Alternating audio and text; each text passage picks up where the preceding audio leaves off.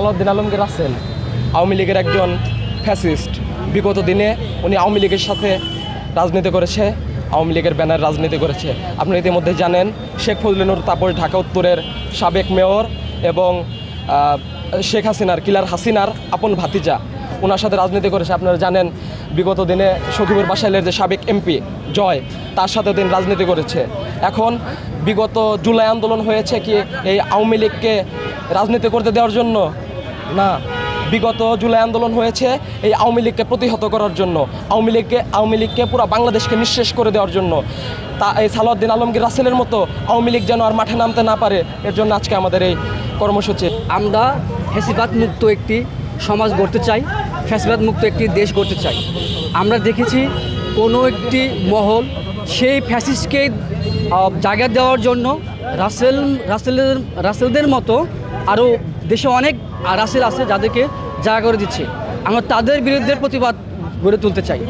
আমরা চাই 5ই আগস্টের পর মানুষের ভিতরে যে মনস্তাত্ত্বিক যে পরিবর্তনটা হয়েছে, সেই মনস্তাত্ত্বিক পরিবর্তনটাই আগামী বাংলাদেশে কিভাবে হবে এবং যারা ক্ষমতা আসবে, যারা ক্ষমতার মস্ততে বসতে চায়, তাদের একটা মেসেজ যে এটাই আমাদের বাংলাদেশ, যে আমরা তরুণরা কিভাবে একত্র হতে পারি।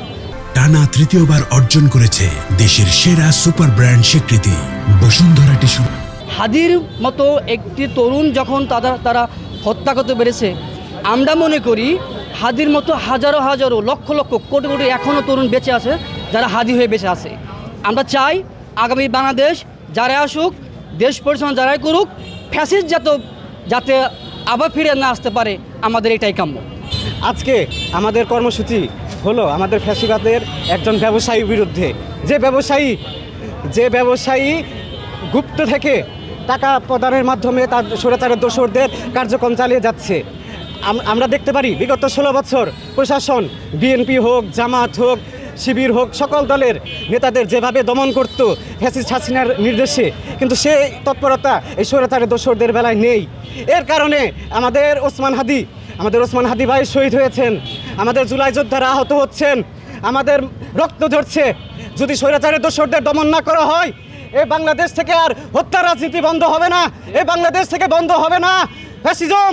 তাই আমরা চাই যে এই লাবিব গ্রুপের এই ব্যবসায়ীদের মাধ্যমে, এদের গ্রেপ্তারের মাধ্যমে প্রশাসন একটা নতুন যুগের সূচনা করুক, এই ফ্যাসিজমের হাতটাকে বন্ধ করুক, নইলে আর আমাদের কোনো লাভ হবে না। আমরা যতই আন্দোলন করি, যতই সংগ্রাম করি, কোনো লাভ নেই যদি এই গুপ্ত দোসররা যদি থেকে যায় আমাদের মাঝে।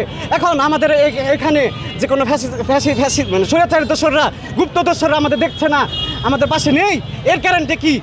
আমরা চাই যে প্রশাসন ফ্যাসিস্ট হাসিনার হুকুমে যেভাবে গ্রেপ্তার করত সর্বদলীয় নেতাদের, যারা গণতন্ত্রের জন্য লড়াই করত, সে একই তৎপরতা দেখাবে এই স্বৈরাচারী দোসরদের বেলায়।